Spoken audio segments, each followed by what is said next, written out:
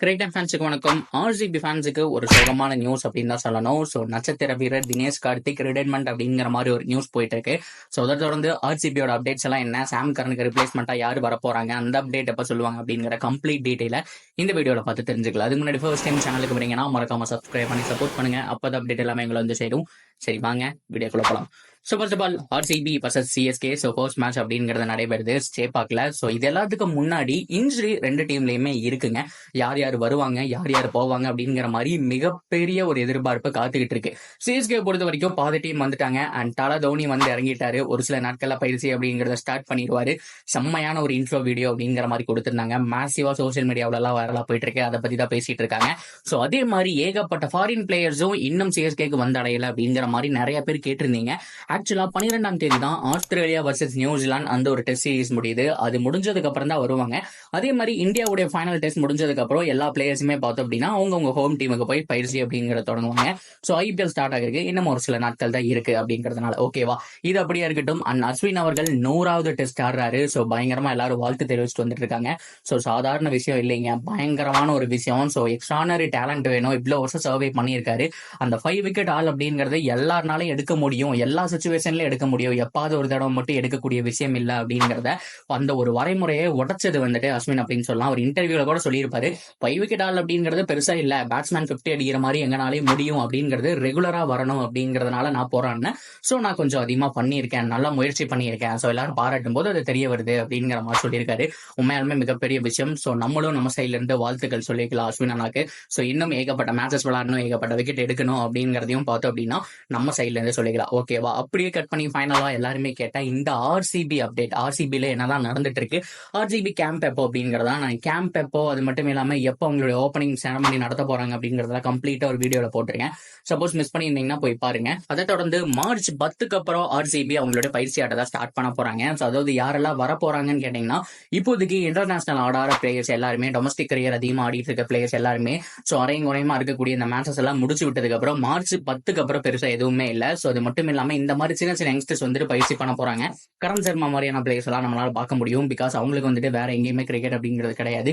So இருக்கிற ஒரு சில டொமஸ்டிக் மேட்சஸையும் முடிச்சுட்டு பார்த்தோம் அப்படின்னா வந்துருவாங்க. ஸோ அதை தொடர்ந்து விராட் கோலி, நிறைய பேர் கேட்டுட்டு இருக்கக்கூடிய ஒரு விஷயம், அவர் வருவாரா இல்லையா ப்ரோ, என்ன ப்ரோ ஆனாரு அப்படிங்கிற விஷயம். இல்ல சில பேர் வந்துட்டு முதல் மேட்ச் ஆட மாட்டாருன்னு சொல்றாங்க. அதுக்கு தகுந்த மாதிரி தான் ஸோ குழந்தைய பார்த்துக்க வேண்டிய பொறுப்பு அப்படிங்கிறது இருக்குங்கிற மாதிரி சொல்றாங்க. டைரக்டா பெங்களூர்ல நடக்கக்கூடிய மேட்சுக்கு ரிட்டர்ன் வந்துருவாங்க. ஸோ ஃபர்ஸ்ட் மேட்ச் சேப்பாக்கு எதிராக அவர் இருப்பாரா, அதாவது சென்னைக்கு எதிராக சேப்பாக்ல இருப்பாராங்கிறது மிகப்பெரிய டவுட் தான். எவ்வளவு ஏன் ஓப்பனிங் செரமனிலேயே அவர் இருப்பாராங்கிறது டவுட் தாங்க. அந்த மாதிரி போயிட்டு இருக்கு. ஆனா ஓப்பனிங் செரமனியை பொறுத்த வரைக்கும் ABD Villiers, Gayle, Faf du Plessis இவங்கெல்லாம் வந்துருவாங்கிறதுல மாற்றம் கிடையாது. ஸோ ஃபேப் டு பிளஸி 10ஆம் தேதிக்கு மேல வர போறாரு அப்படிங்கிற தகவல் அவங்க சைட்ல இருந்து வந்திருக்கு. அதை தாண்டி இன்டர்நேஷனல் பிளேயர்ஸ் எல்லாருமே, அதாவது நம்ம இந்தியன் பிளேயர்ஸ் ஆகட்டும், ஸோ அதை தொடர்ந்து நம்ம பார்க்கும்போது வெளியில இருக்கக்கூடிய எல்லா விதமான பிளேயர்ஸ், கேமரூன் கிரீனும் ஆஸ்திரேலியா சீரிஸ் முடிஞ்சதுக்கு அப்புறம் 12ஆம் தேதிக்கு மேல அவைலபிள், ஒரு 3 நாள்ல வந்துருவாரு. ஸோ அவருக்கு வேற கோவிட்ங்கிற மாதிரி சொல்லியிருந்தாங்க. அது எப்பவோ சொன்னதான், பட் இருந்தாலும் பார்த்தோம் அப்படின்னா அவருக்கு டெஸ்ட் எல்லாம் எடுத்து இந்த பயோ பபுல்ல கொடுத்து ஒரு 2-3 நாள்ல சரி பண்ணி வச்சுருவாங்க.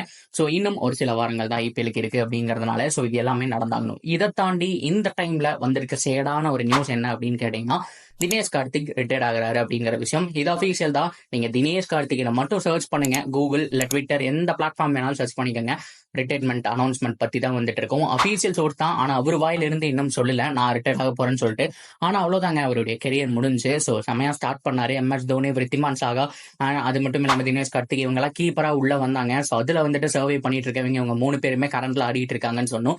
தினேஷ் கார்த்திகை பொறுத்த வரைக்கும் தமிழ்நாடுல இருந்து கிளம்பின எக்ஸ்ட்ரானரி டேலண்ட், அவங்களுக்கு மறுவாழ்வு தந்தது அப்படின்னு சொன்னோம்னா ஆர்சிபி. ஒரு காலகட்டத்தில் பெய்த்தனமா ஆட ஆரம்பிச்சாரு. சென்னை சூப்பர் கிங்ஸ்னால எடுக்க முடியல, ஆர்சிபி ஆப்ஷன்ல எடுத்தாங்க. பெஸ்ட் பினிஷரா கூட ஆடிட்டு இருந்தாரு. அதுக்கப்புறம் தான் பார்த்தோம் அப்படின்னா இவர் கமெண்ட்ரிக்கே போயிட்டாரு. ரிட்டர்ன் இந்தியன் டீமுக்குள்ள வந்தாரு. ஒரு வாய்ப்பு கிடைச்சது, வேர்ல்ட் கப் அப்படிங்கறத வந்துட்டு போச்சு. ஸோ ஆனா அன்பார்ச்சுனேட்லி அதை வந்துட்டு அவரால் வந்துட்டு தக்க வச்சுக்க முடியல. இந்த ஒரு சீசன் பெட்டரா பண்ணாலும் பண்ணலனாலும் அவருடைய கெரியர் ஓவர் தான். பிசிசியோட பிரஷர், அது மட்டும் இல்லாம கான்ட்ராக்டா ரிலீஸ் பண்ணிட்டாங்க. ஸோ அவ்வளவுதாங்க. ஸோ பெருசா தினேஷ் கார்த்திகை நம்ம பார்க்க முடியாது. இந்த ஒரு சீசன் ஃபைனல் சீசன்ங்கிற மாதிரி சொல்லியிருக்காங்க. ஆர்சிபிக்கு ஆடி கொடுத்துட்டு அதோட போயிடுவாரு. தினேஷ் கார்த்திக் ஃபைனலா ஒரு தடவை ஆர்சிபில ஆடக்கூடிய ஒரு சீசன் சொல்லலாம். ஸோ இந்த வருஷம் ஆர்சிபி மட்டும் டிராஃபி அடிச்சாங்க அப்படின்னா ஏகப்பட்ட ஃபேன்ஸுக்கும் ஏகப்பட்ட பிளேயர்ஸுக்கும் நல்ல ஒரு ட்ரிபியூட்டா இருக்கும்.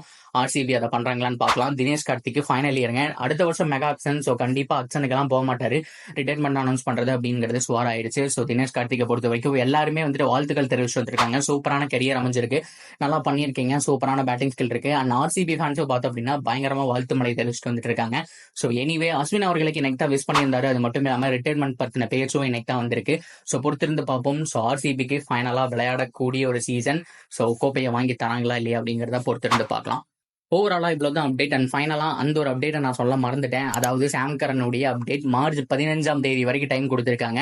அவருக்கு பெருசா டோர்னமெண்ட்டும் இல்ல, என்ன பண்ணிட்டு இருக்காருங்கிற ஒரு அப்டேட்டையும் காணும். பட் இருந்தாலும் இன்ஸ்டா இதுலலாம் வந்துட்டு ஆக்டிவா தான் இருக்கிறாரு மனுஷன் அப்படிங்கிற மாதிரி ஒரு தகவல் வந்து வெளிவந்திருக்கு. ஸோ அதை தொடர்ந்து பார்த்தோம் அப்படின்னா 15 வரல அப்படின்னா ரீப்ளேஸ்மெண்ட் பிளேயருக்கு போறதுக்கான சான்ஸ் இருக்கு. இல்ல அவங்க என்ன பிளான் பண்ணலாம், அதாவது ஆர்சிபி இல்லப்பா நமக்கு இன்னும் ஒரு 5 மேட்ச் தான் இருக்கு, அதுக்கப்புறம் 2 வாரம் கேப் இருக்கு, சாம் கரன் வரப்ப வரட்டும், டாம் கரன் வரப்ப வரட்டும், அது வரைக்கும் எங்களுக்கு பிரச்சனையே கிடையாது, இருக்கிற பிளேயர்ஸ் வச்சு சமாளிச்சுக்கிறோம்.